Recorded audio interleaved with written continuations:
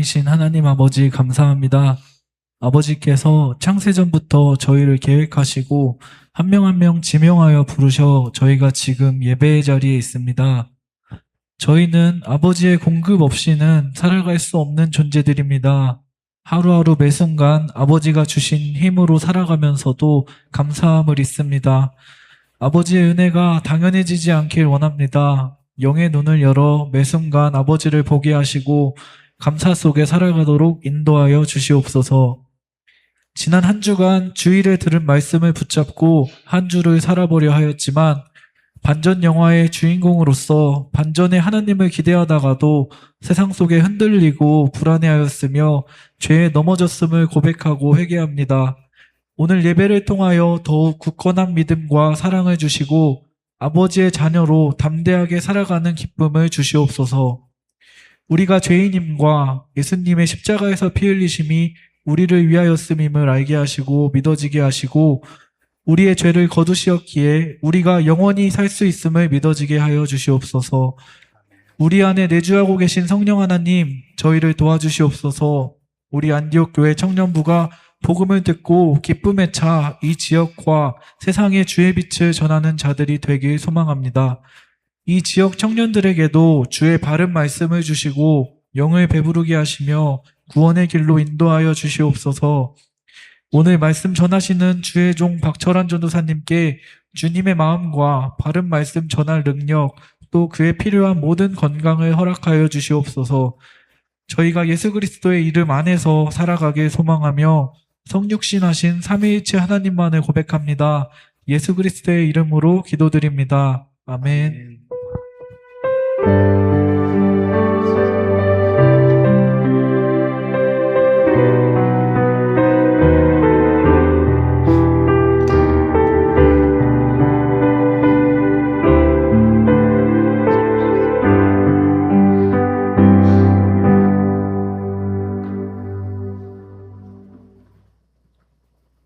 우리의 신앙을 고백합니다. 함께 고백합시다. 전능하사 천지를 만드신 하나님 아버지를 내가 믿사오며 그 외아들 우리 주 예수 그리스도를 믿사오니 이는 성령으로 잉태하사 동정녀 마리아에게 나시고 본디오 빌라도에게 고난을 받으사 십자가에 못 박혀 죽으시고 장사한 지 사흘 만에 죽은 자 가운데에서 다시 살아나시며 하늘에 오르사 전능하신 하나님 우편에 앉아 계시다가 저리로서 산자와 죽은 자를 심판하러 오시리라. 성령을 믿사오며 거룩한 공회와 성도가 서로 교통하는 것과 죄를 사하여 주시는 것과 몸이 다시 사는 것과 영원히 사는 것을 믿사옵나이다. 아멘.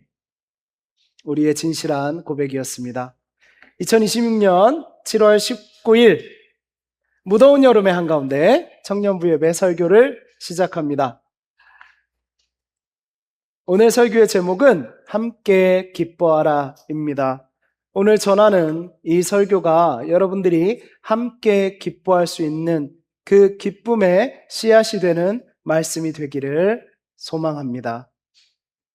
오늘 하나님께서 사랑하는 안디옥 청년들에게 하시는 말씀은 신명기 16장 11절 말씀입니다. 한 절 말씀 우리 한 목소리로 같이 읽을게요. 시작. 너와 내 자녀와 노비와 내 성중에 있는 레위인과 및 너희 중에 있는 객과 고아와 과부가 함께 내 하나님 여호와께서 자기의 이름을 두시려고 택하신 곳에서 내 하나님 여호와 앞에서 즐거워할지니라. 아멘. 하나님의 말씀을 들었습니다. 너와 내 자녀와 노비와 내 성중에 거류하는 레위인과 및 너희 중에 있는 객과 고아와 과부가 함께 너의 하나님 여호와 앞에서 즐거워하라. 우리는 이 말씀 앞에 서면 보통 이렇게 생각합니다. 아, 어려운 사람들을 잘 도우라는 말씀이구나. 물론 맞습니다. 하지만 본문을 조금 천천히 읽어보면 한 가지 이상한 점을 발견하게 됩니다. 왜 하나님은 레위인을 객, 고아, 과부와 같은 자리에 세우셨을까요? 우리 레위인 하면 하나님을 섬기는 사람들이지요. 예배를 준비하는 사람들이지요. 교회와 관련된 일을 하는 사람들이지요. 그렇게 하나님이 분별한 사람들입니다. 우리는 이 사람들에 대해서 우리보다 높은 사람 아닌가라는 생각을 하게 됩니다. 그런데 오늘의 말씀은 객과 고아, 과부와 같은 자리에 레위인을 말씀하고 계십니다. 고아는 이해가 됩니다. 과부도 이해가 됩니다. 객도 이해가 되지요. 우리는 이들을 불쌍하고 무언가를 가지지 못한 사람이라고 생각하기 때문입니다. 그런데 도대체 레위인은 왜 그렇단 말입니까? 레위인은 객과 고아, 과부처럼 사회적 약자라고만 말할 수도 없지요. 오히려 하나님께 가장 가까이에서 성막을 섬기는 사람들이었으니까요. 그런데 하나님은 이 절기의 잔치를 말씀하시면서 가장 먼저 이렇게 말씀하십니다. 레위인을 잊지 말아라. 왜일까요?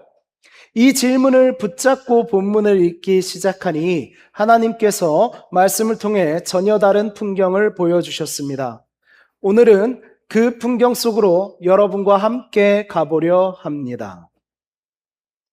출애굽한 이스라엘 백성은 가나안 땅에 들어가면서 각 지파가 기업을 받습니다. 기업, 무슨 회사 이런 거 아니고요. 그들이 경영할 땅을 분배하여 받은 것입니다. 아무것도 가진 것 없이 광야를 지나던 그 이스라엘 백성들이 포도밭을 갖게 됩니다. 올리브밭도 갖게 됩니다. 땅이 있으니 그 땅에서 농사도 짓고 곡식도 거둡니다. 그래서 그들은 이 기업을 나누어 받고 첫 수확을 맞이하게 되지요. 그래서 절기가 되면 그 수확을 가지고 하나님께 나아오는 겁니다. 오늘 본문이 바로 그 장면이에요. 추수의 기쁨으로 하나님의 은혜를 기억하며 드리는 절기 가운데 하나님이 하신 말씀이에요. 그 풍성한 잔치 한가운데에 하나님께서 이렇게 말씀하신 겁니다. 레위인을 함께 데려와라. 사실 레위인은 이 수확의 잔치에 어울리는 사람들은 아니에요. 레위인에게는 말씀드렸다시피 포도밭이 없습니다. 올리브밭도 없습니다. 농사 지을 땅도 없지요. 그들에게는 무언가를 생산할 기반이 없습니다. 신명기 10장 9절은 이렇게 말씀합니다. 레위는 그의 형제와 같이 분깃이 없나니 여호와께서 그의 기업이 되심이라. 아멘. 이 한 구절이 하나님이 분별한 레위인의 삶을 설명합니다. 그들은 게을러서 능력이 없어서 가난한 사람들이 아닙니다. 뒤처진 사람들이 아닙니다. 하나님을 섬기는 일을 맡았기 때문에 다른 지파들에게 하나님을 섬기도록 그 예배를 주관하는 일을 맡았기 때문에 다른 지파처럼 땅을 소유하지 못한 사람들입니다. 그들의 재산은 오직 여호와 하나님의 약속뿐이었습니다. 세상의 계산으로 보면 그들은 어떻습니까? 생산성이 없는 사람들이었어요. 생산성. 이 단어를 기억해 주십시오. 하지만 하나님의 계산은 달랐어요. 그들을 내가 책임진다 라고 말씀하셨지요. 이것이 하나님의 선언이었고 그들의 유일한 재산이 오직 하나님의 약속뿐이었던 이유입니다. 여기서 우리는 당시 사회를 조금 이해할 필요가 있어요. 이스라엘 사회에서 땅은요, 단순한 재산이 아니었습니다. 하나님이 약속하신 땅은요, 그들의 삶이었습니다. 그들의 생존이었습니다. 그들의 미래였습니다. 자녀에게 물려줄 앞으로의 희망이기도 했지요. 오늘날로 가져와 볼까요? 이 땅은 직장과 집과 통장과 노후 준비가 한 번에 합쳐진 것이라고 생각하시면 됩니다. 땅이 있다는 것은요, 내일을 기대할 수 있다는 뜻이었습니다. 그러면 반대로 땅이 없다는 것은 스스로 생계를 유지하기 어려운 처지라는 뜻이죠. 내일을 보장할 수 없는 불안 속에 있는 삶이었습니다. 그래서 성경은 반복해서 네 부류의 사람을 함께 언급합니다. 객, 고아, 과부, 그리고 레위인. 이제 보이시나요? 이들에게는 공통점이 있습니다. 그들은 경제적 기반이 없는 사람들입니다. 객은 어떻습니까? 객은 손님이에요. 떠돌이 나그네입니다. 자기 가문의 땅이 있을 리가 없지요. 고아는 어떻습니까? 재산을 상속받을 아버지가 없습니다. 과부는 어떻습니까? 경제의 주체인 남편을 잃어 생계를 유지하기 어려운 사람입니다. 그리고 레위인은 하나님을 섬기기 위해 땅을 받지 않았습니다. 객, 고아, 과부, 그리고 레위인은 겉으로는 서로 다른 사람들이었지만 당시 사회에서는 스스로 부를 만들어내기 어려운 사람들이라는 공통점이 있습니다. 그들은 부가가치를 창출하지 못하는 사람들입니다. 즉, 그들은 생산성이 없는 사람들인 것입니다. 그래서 하나님은 사람들이 생산을 기뻐하는 절기에 생산하지 못하는 이들과 함께하라고 하시는 겁니다. 여기서 저는 이런 생각이 들었어요. 혹시 하나님은 이미 오래전부터 우리 인간들이 얼마나 쉽게 사람을 생산성으로 평가하는 존재인지 아셨던 것이라고 생각합니다.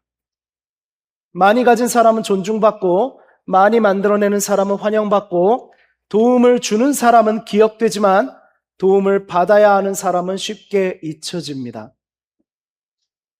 그래서 하나님은 절기의 가장 풍성한 순간에, 생산을 기뻐하는 순간에 이렇게 말씀하십니다. 너희가 가장 먼저 기억해야 할 사람은 스스로 풍성함을 만들어낼 수 없는 사람들이다. 그것이 하나님의 마음입니다. 그런데 청년 여러분, 이 말씀이 놀라운 이유는 여기서 끝나지 않습니다. 하나님은 그들에게 너희들의 생산의 풍성함을, 거기서 남은 것을 나누어 주라고 말씀하지 않으십니다. 동정의 대상이나 봉사의 대상으로 삼으라고 하지 않으십니다. 그들과 함께 즐거워하며 함께 하나님 앞에 서라고 말씀하시지요. 함께 예배하라, 함께 잔치하라. 이것이 하나님의 명령입니다. 이것은 단순한 위에서 아래로 베푸는 구제가 아닙니다. 공동체의 중심에 그들을 초대하라는 말씀입니다. 세상은 생산하는 사람을 중심에 세우지만 하나님은 은혜가 필요한 사람을 공동체에 초대하십니다. 이것은 우리에게 하나님 나라의 질서를 보여줍니다. 여러분, 신명기의 이 말씀은 수천 년 전의 이야기입니다. 그런데 놀랍게도 오늘의 본문은 지금 우리의 시대를 너무나 정확하게 비추고 있습니다. 이 말씀은 지금 우리에게 필요합니다. 왜냐하면 우리는 지금 인류 역사상 그 어느 시대보다도 생산성이 사람의 가치를 결정하는 시대를 살고 있기 때문입니다. 가만히 생각해 보십시오. 우리는 사람을 처음 만나면 무엇을 봅니까? 무엇 입었는지, 어떤 차 타는지, 어떤 머리 스타일을 했는지, 그것으로 그 사람의 생산성에 대한 정보를 읽으려 합니다. 그 사람과 인사를 나눕니다. 무엇을 물어봅니까? 무슨 일 하세요? 직장 다닙니까? 아니면 사업하세요? 물어봅니다. 직장 다니면 연봉은 얼마나 돼요? 사업하면 얼마나 버십니까? 궁금하죠. 그 직장이요? 우와, 대기업이군요. 대기업 얘기 들으면 놀랍니다. 이 질문 자체가 잘못된 것은 아닙니다. 일이라는 것, 사업이든 직장이든 하나님께서 주신 귀한 소명이에요.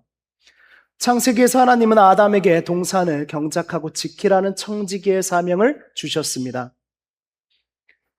일하기 싫어하거든 먹지도 말라는 유명한 말씀도 있지요.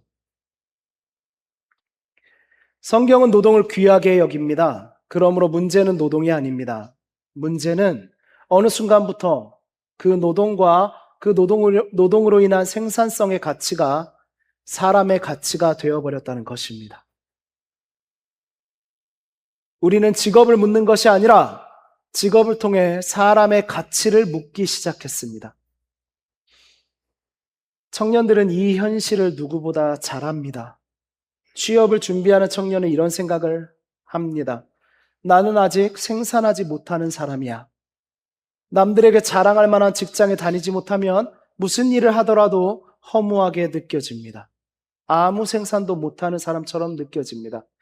계속 부모님의 도움을 받으며 살면 죄인이 된 것 같습니다. 경제적으로 독립하지 못하면 괜히 가족에게 미안합니다. 친구들이 하나둘 취업하고 결혼하고 집을 사고 차를 바꾸는 모습을 보면 마음속에서 이런 소리가 들립니다. 나는 뒤처지고 있다. 나는 가치 없는 사람이다. 자신의 존재까지 스스로 낮추어 버립니다. 이것이 이 시대의 청년들의 가장 깊은 상처입니다. 끊임없이 비교당하며 숫자로 평가받습니다. 그러다 보니 우리도 모르게 우리도 다른 사람을 숫자로 보기 시작합니다. 저 사람은 성공한 사람이야. 저 사람은 무언가가 부족한 것 같아. 우리는 의식하지 못하지만 입 밖으로 꺼내지 않지만 세상이 사용하는 저울을 손에 들고 사람들을 놓고 재기 시작합니다. 더 안타까운 것은 그 문화가 교회 안으로도 들어왔다는 것입니다. 우리는 입으로는 하나님은 외모를 보지 않으신다라는 말을 수도 없이 하고 듣습니다. 그런데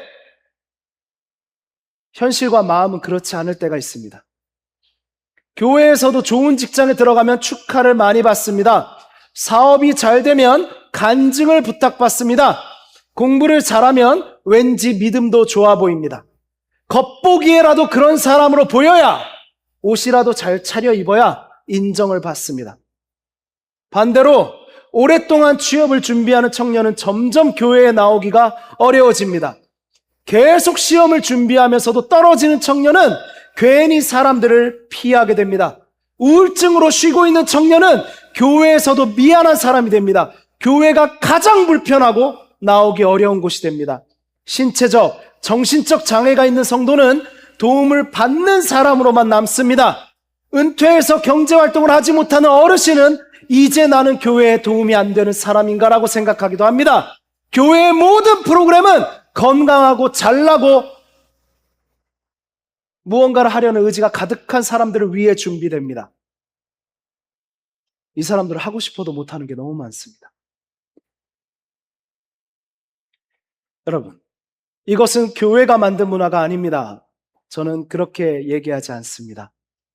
그러나 세상의 가치관이 우리 안으로 너무 자연스럽게 스며든 결과입니다. 그래서 저는 오늘 본문이 너무나 놀라우면서도 은혜로웠습니다.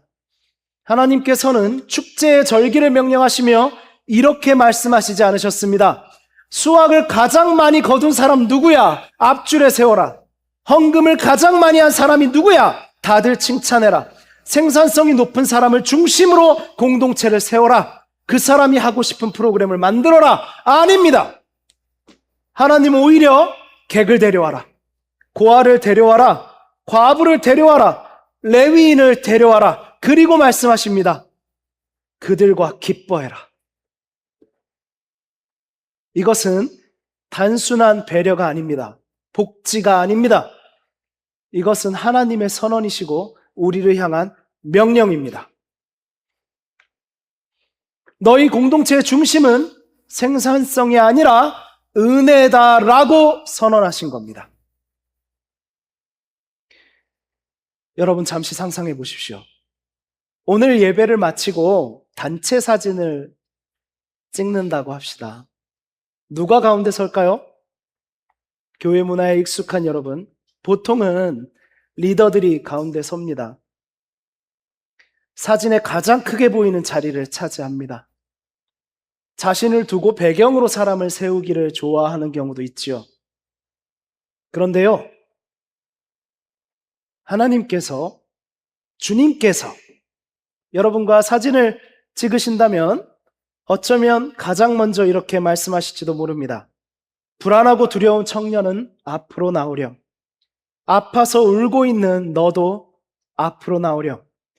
아무것도 내세울 것이 없다고 생각하는 네가 내 옆에 서렴. 왜입니까? 하나님은 그들을 더 사랑하셔서가 아니에요. 그저 사람들이 밀어내는 그들도 밀어내는 사람도 모두 은혜로 서 있기 때문입니다. 하나님 나라에서는 많이 가진 사람이 중심이 아니라 하나님의 은혜가 필요한 사람이 중심입니다. 그런데 여기서 우리 마음에는 자연스럽게 질문이 생깁니다. 정말 이 말씀은 그저 설교자가 위로를 하기 위해서 하는 것이 아니라 하나님이 생산하지 못하는 사람도 그렇게 귀하게 보실까? 정말일까? 성경은 이 질문에 놀라운 대답을 합니다. 하나님은 단지 그런 사람들을 불쌍히 여기시는 분이 아니라 오히려 그들을 찾아가시는 분이셨습니다. 하나님의 그 성품은 예수 그리스도를 통해 나타납니다. 구약에서 하나님은 약한 자들을 공동체 밖으로 밀어내지 말고 함께 하나님 앞에서 기뻐하라고 말씀하셨습니다. 그런데 여러분, 신약으로 오면 하나님은 더 이상 단지 약한 사람들을 보호하시는 분으로만 나타나지 않으십니다. 오히려 그분 자신이 가장 낮은 자리로 내려오십니다. 이사야는 그리스도를 이렇게 예언합니다. 그는 멸시를 받아 사람에게 버림받았다. 이 말씀을 가만히 보십시오. 그리스도는 가난했다고 한 것이 아닙니다. 그리스도는 병들었다고 하지 않았습니다. 멸시를 받았다. 멸시란 무엇입니까? 가난이나 병 등의 무언가 문제가 있는 정도가 아니라 사람들에게 가장 낮은 취급을 받았다는 것입니다. 사람들에게 버림받은 것입니다. 가치 없는 사람처럼 취급받은 것입니다. 사랑을 받기보다 온갖 오해와 공격과 미움을 받았다는 것입니다. 예수님의 삶이 그랬습니다. 그분은 왕이셨지만 궁전에서 태어나지 않으셨습니다. 말구유에서 태어나셨습니다. 일반적인 사람, 우리조차도 누린 안전한 공간에서 태어날 수 있는 복도 받지 못하셨습니다. 예수님은 머리 둘 곳도 없이 사셨습니다. 그분은 왕궁이 없으셨습니다. 세상은 말합니다. 많이 소유해야 너희는 가치 있는 거야. 예수님은 가진 것이 거의 없으셨습니다. 세상은 말합니다. 높이 올라가야 존경받는 거야. 예수님은 종의 모습으로 오셨습니다. 그리고 그것을 넘어 마지막에는 십자가에 달려 가장 수치스럽고 저주받은 죄인으로 죽으셨습니다. 여러분, 십자가는 단순히 아팠겠다, 고통의 상징이 아닙니다. 십자가는 당시 세상에서 가장 수치스러운 죽음입니다. 모든 사람이 피하고 싶어하는 가장 수치스러운 죽음입니다. 아픈 것은 2차적인 겁니다. 가장 멸시받는 수치스러운 죽음입니다. 가장 실패한 가치 없는 사람에게 주어지는 형벌입니다. 사람들은 십자가를 보며 말했습니다. 저 사람은 끝났다. 하나님께서도 저 사람을 버렸다. 아무 가치 없는 사람이다. 그런데 하나님께서는 바로 그 십자가를 통해 세상을 구원하셨습니다. 세상이 가장 가치 없다라고 선언한 그 자리에서 하나님은 가장 귀한 구원이 여기 있다라고 선언하셨습니다. 여러분, 이것이 우리가 믿는 복음입니다. 그러므로 여러분, 복음은 가치 없는 사람도 사랑받는다 해서 끝나는 게 아닙니다. 그런 척하는 것에서 끝나는 게 아닙니다. 복음은 하나님께서 스스로 가치 없는 사람의 자리에 오셨다는 이야기입니다. 왜입니까? 우리를 그 가치 없는 자리에서 풀어주시기 위해서입니다. 사도 바울은 빌립보서 2장에서 이렇게 말합니다. 그는 근본 하나님의 본체시나 자기를 비워 종의 형체를 가지셨습니다. 아멘. 예수님은 더 높아지기 위해 오신 것이 아니라 가장 낮아지기 위해 오셨습니다. 그래서 저는 복음을 이렇게 표현하고 싶습니다. 세상은 사람의 가치를 생산성으로 계산합니다. 그러나 하나님은 사람의 가치를 십자가로 선언하십니다. 여러분의 연봉이 여러분의 가치를 결정하지 않습니다. 여러분의 통장 잔고가 여러분의 존엄을 만들지 않습니다. 여러분의 외모가 여러분의 존재를 설명하지 않습니다. 왜냐하면 여러분의 가치는 이미 예수 그리스도의 십자가의 핏값으로 결정되었기 때문입니다. 세상에 예수 그리스도께서 십자가에 흘리신 피보다 더 큰 가격은 없습니다. 세상은 말합니다. 증명해, 성공해, 꾸며. 그러면 사랑받을 거야. 복음은 말합니다. 이미 사랑받았으니 이제 기쁨으로 당당하게 살아라. 이 차이가 우리 삶을 바꿉니다. 이 차이가 우리가 보게 되는 기적입니다. 복음은 한 사람의 삶을 뒤집었고 한 공동체를 뒤집었고 마침내 한 시대의 질서를 흔들기 시작했습니다. 그 이야기를 들려드릴게요. 성경에는 복음을 만나 시대를 바꾼 한 사람이 있습니다. 바로 사도 바울이죠. 그는 예수 그리스도를 만나고 완전히 새로운 정체성으로 살게 되었어요. 사도 바울은 당시에 빌립보라는 도시에 있는 그리스도인들에게 편지를 씁니다. 그게 빌립보서이지요. 빌립보는요, 로마의 식민 도시였어요. 로마 시민권을 가진 사람들이 자부심을 갖고 살던 도시였습니다. 그 도시에는 누가 더 높은 사람인지, 누가 더 성공한 사람인지, 누가 더 명예로운 사람인지 온 도시가 서열로 구성되고 움직였습니다. 입는 옷도, 앉는 자리도, 초대받는 식탁도, 심지어 형벌도요, 신분에 따라 달랐습니다. 그들은 그것이 질서라고 믿었습니다. 사람들은 평생 그래서 더 올라가려고 애를 썼어요. 한 단계 더 올라가려고, 한 단계 더 올라가려고 무척이나 애를 썼습니다. 위로, 더 높은 자리로. 그런데 그 도시 한복판에서 바울은 충격적인 편지를 씁니다. 여러분, 그래서 빌립보서에 여러분들이 오해하기도 하시는 바울의 자기 자랑이 나오는 겁니다. 이게 자랑이 아닙니다. 이 도시의 문화 때문에 그래요. 바울은 자신의 이력을 하나씩, 한 칸씩 나열합니다. 8일 만에 할례를 받고 이스라엘 족속이요, 베냐민 지파요, 히브리인 중에 히브리인이요, 율법은 바리새인이요, 율법으로는 바리새인이요, 또한 나는 너희가 가장 칭송하는 스승에게 배운 사람이다 라고 말합니다. 빌립보 사람들은 이 글을 읽으며, 여기까지 읽으며 고개를 끄덕였을 것입니다. 역시 대단한 사람이네. 그래, 이 선생님을 믿으면 높이 올라갈 수 있을 거야. 대박, 좋은 선생님을 만났구나. 그렇습니다.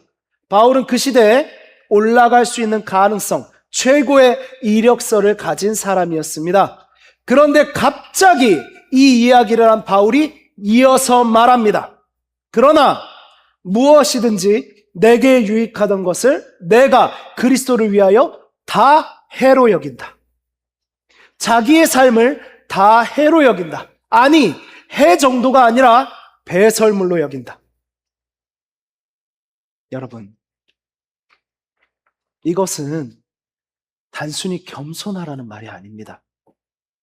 이것은요, 세상이 만든 여러분의 등급표와 그 점수표를 찢어버리는 선언입니다. 그리고 이어서 바울은 빌립보서 2장에서 편지를 읽는 사람들에게 자기의 이야기에서 예수님을 보여줍니다. 세상은 올라가라고 말합니다. 그러나 예수님은 내려오셨습니다. 세상은 높아지라고 말합니다. 예수님은 종이 되셨습니다. 세상은 명예를 붙잡으라고 말합니다. 예수님은 십자가를 붙드셨습니다. 그리고 하나님께서는 그렇게 가장 낮아지신 그분을 가장 높이셨습니다. 이것이 그리스도의 낮아지심과 높아지심입니다. 이것이 우리의 신앙 고백입니다.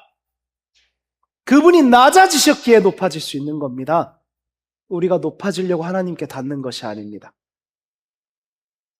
여러분, 이것이 하나님 나라의 질서입니다.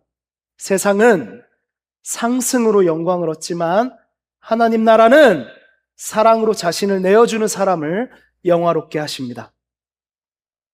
이것은 혁명이었습니다. 여러분, 그 시대로 가보세요. 여러분, 이 얘기를 너무나 자주 들으시니까 위로라고 생각하시거나 아니면 이 이야기 같지 않은 모습들을 자꾸 보게 되시면 이건 그냥 교회가 하는 소리에 불과해 이 생각하시죠. 그때 당시에 혁명적인 이 말이 지금 시대에 다시 들리기를 원합니다. 당시 로마 사회 예수님은요, 제자들도 말했잖아요. 선생님, 어떻게 이 로마를 무너뜨릴까요? 어떻게 싸우실 거예요? 예수님은 로마를 무너뜨리기 위해 군대를 만들지 않으셨습니다. 왕이 되지도 않으셨습니다. 세상의 왕이요. 칼을 들지 않으셨습니다. 폭동을 하라고 부추기지 않으셨습니다. 그 대신 십자가를 지셨습니다. 그리고 그 십자가는 사람들의 마음을 바꿨습니다. 그 마음의 변화는 사람들의 공동체를 바꿨습니다. 그리고 그 공동체는 세상이 이해할 수 없는 새로운 질서를 만들었습니다. 계급과 힘으로, 겉보기로 세계를 지배하던 로마가 무너지고 그리스도의 몸인 교회가 세워집니다. 그래서 교회는 하나님의 나라입니다. 우리는 세상의 정치와 정당에 우리를 의탁하지 않습니다. 세상의 나라는 다 그렇습니다. 여기가 여러분들이 하나님의 나라입니다. 이곳의 통치를 세상에 보여줘야 합니다. 그렇게 로마의 교회가 세워졌습니다. 교회는 높은 사람이 낮은 사람을 다스리는 곳이 아니라 서로 발을 씻기는 공동체였습니다. 강한 사람이 약한 사람을 이용하는 공동체가 아니라 짐을 서로 지는 공동체가 되었습니다. 많이 가진 사람이 자랑하는 공동체가 아니라 은혜 받은 사람이 나누는 공동체가 되었습니다. 이것이 복음이 세상을 바꾸는 방식입니다. 지금 옆 사람을 한번 보십시오. 둘러보십시오. 서로를 바라보십시오. 여러분 안에서 본능적으로 혹시 저 사람은 나보다 강하군, 약하군, 저 사람은 가진 사람이구나, 저 사람은 못 가진 사람이구나, 이런 생각이 드십니까? 저 사람 약하구나, 나는 강한데, 이런 생각이 드십니까? 하나님은 그 시선을 기뻐하지 않습니다. 그런 마음으로 서로를 보신다면 그분은 차라리 눈을 감으십시오. 이제 여기서 신명기 16장이 우리에게 살아납니다. 이제 말씀을 다시 보십시오. 왜 하나님은 객을 부르셨습니까? 과부를 부르셨습니까? 고아를 부르셨습니까? 레위인을 부르셨습니까? 왜 그들과 함께 기뻐하라고 하셨습니까? 이제 알 것 같습니다.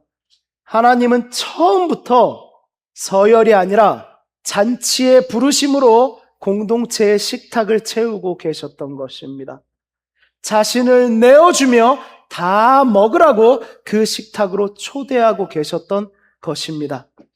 세상은 누가 높은지 묻습니다. 하나님은 누가 함께 앉아 있는지를 물으십니다. 세상은 누가 더 많이 생산했는지를 보면서 웃고 떠들고 기뻐합니다. 하나님은 누가 은혜를 기억하며 함께 기뻐하는지를 물으십니다. 그리고 그 은혜의 절정이 바로 예수 그리스도입니다. 이 장면 기억하시죠? 세리 마태의 초대를 받아 창녀와 세리, 죄인들과 식사하시는 예수님입니다. 그분 안에서 우리는 모두 같은 자리로 초대받았습니다. 여러분, 취업한 사람도, 취업을 준비하는 사람도, 진로가 결정된 사람도, 진로 때문에 방황하는 사람도, 행복 속에 있는 사람도, 이별과 아픔 속에 있는 사람도, 많이 가진 사람도, 아무것도 가진 것이 없다고 느끼는 사람도, 에어컨 아래에서 하루 종일 있느라 몸에서 향수 냄새가 빠지지 않는 사람도 이 날씨에 힘들게 봉사하며 땀을 흘려서 땀 냄새가 진동하는 사람도 십자가 앞에서는 모두 은혜가 필요한 그 은혜를 받은 사람입니다. 그래서 교회에는 향내만 풍기면 안 됩니다. 그 땀 냄새가 그리스도의 향기일 줄도 모릅니다. 그래서 교회는 세상이 만들어 놓은 서열을 따라가는 곳이 아니라 십자가 아래에서 새로운 가족이 되는 곳입니다. 그래서 우리는 겸손하고, 그래서 우리는 서로를 사랑하고, 그래서 우리는 서로를 섬기는 것입니다. 그래서 우리는 함께 기뻐할 수 있습니다.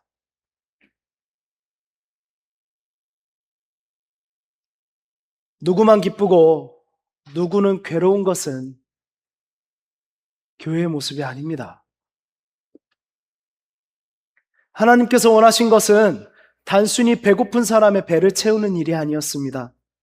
세상에서 평가받고 소외된 사람들이 잔치의 구경꾼이 아니라, 잔치의 들러리가 아니라, 일해주는 사람이 아니라, 기분 맞춰주는 사람이 아니라, 그 잔치의 중심에 그 식탁에 앉는 사람이 되게 하는 것이었습니다.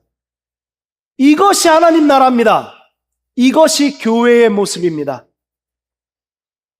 가만히 생각해 보면 우리는 참 쉽게 사람을 식탁에서 밀어내지 않습니까? 높은 의자를 두고요, 앉으라니까? 아니요, 못 앉습니다. 다리가 아프고 주저앉은 사람은 못 앉습니다. 그런데 방석은 주지 않아요. 이 의자에 앉으라고 합니다. 사회적으로 외톨이가 된 청년은 어느새 교회 모임에도 잘 안 나옵니다. 결혼하지 못한 청년은 축복의 자리를 피하게 됩니다. 돈이 없는 청년은 교제를 어려워하기 시작합니다. 마음에 상처가 있고 아픔이 있는 청년은 교회에서 위로를 받는 게 아니라 예배를 드리러 와도 마음이 저 문 밖에 서 있습니다.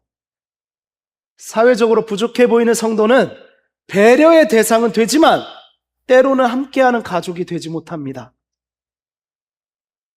저 사람 빨리 가기를 바랍니다.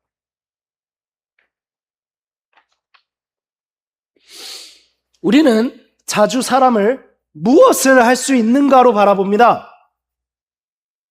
그러나 하나님은 그 사람이 누구의 사람인가를 먼저 보십니다. 여러분, 교회는 세상보다 착해서 자격이 있어서 사람들이 모인 곳이 아닙니다. 교회는 은혜 없이는 아무도 설 수 없다는 사실을 아는 사람들이 모인 곳입니다. 그래서 교회는 성공한 사람들의 모임이 아니라 구원받은 죄인들의 공동체입니다. 세상에서 죄인들은 약했습니다. 그러나 교회는 강했습니다. 그래서 로마는 무너지고 교회는 하나님 나라가 되었습니다. 이 사실을 잊는 순간 교회도 세상과 다를 것이 없어집니다. 그러나 이 사실과 이 증거와 약속을 붙드는 순간 교회는 지금도 세상을 바꾸는 공동체가 됩니다. 저는 부르심받아 사역을 하면서 이런 장면을 봅니다. 자기를 부족하다 여기는 청년은요, 자기의 가치를 스스로 포기합니다. 조금 센 사람 있으면 아이처럼 그 사람 옆에서 그 사람 것을 다 받아주는 사람처럼 착한 아이가 돼버립니다. 반대로 무언가를 가지고 자랑하려는 청년은 어느새 그 자랑이 자신의 정체성이 되어버립니다. 사실은요, 둘 다 같은 거짓말에 속고 있는 거예요. 너의 가치는 네가 만들어낸 결과로 결정된다는 세상의 거짓말을 교회에 그대로 가지고 온 겁니다. 여러분의 이름 앞에는 무언가를 만들어내야만 하는 사람이라는 정체성 이전에 하나님의 자녀라는 이름이 있습니다. 성공한 사람이나 실패한 사람이 아니라 십자가의 은혜를 입은 사람, 그 이름이 우리에게 있습니다.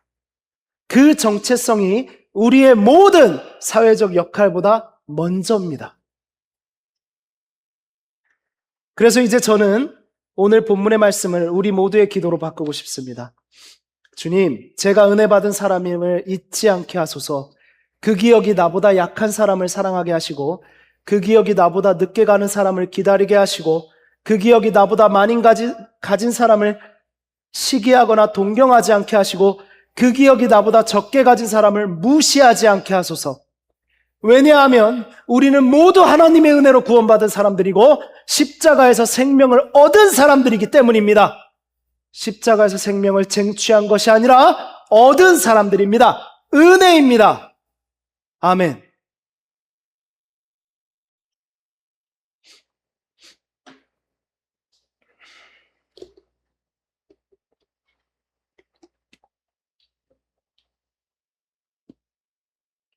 저는 오늘의 말씀이 우리 교회를 이렇게 세워나가기를 그려봅니다.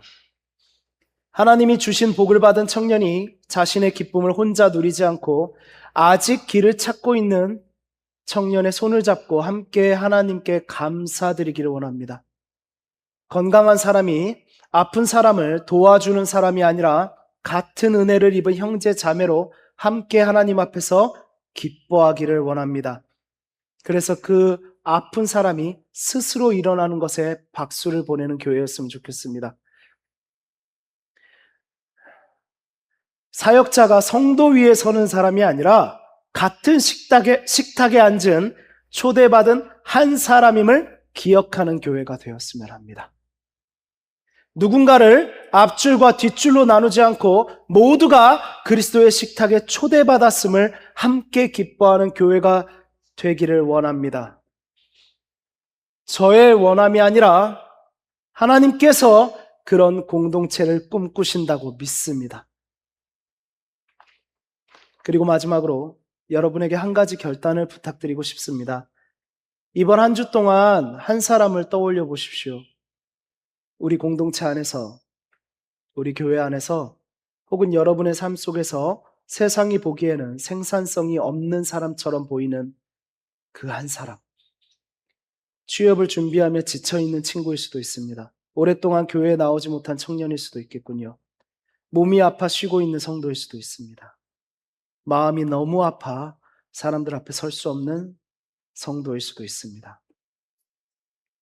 혹은 자기 자랑과 목표에 취해 하나님의 자녀임을 잊은 사람일 수도 있습니다. 그 사람에게 연락해 보십시오. 함께 식사해 보십시오. 같이 예배 드리십시오. 같이 웃으십시오. 같이 울어주십시오.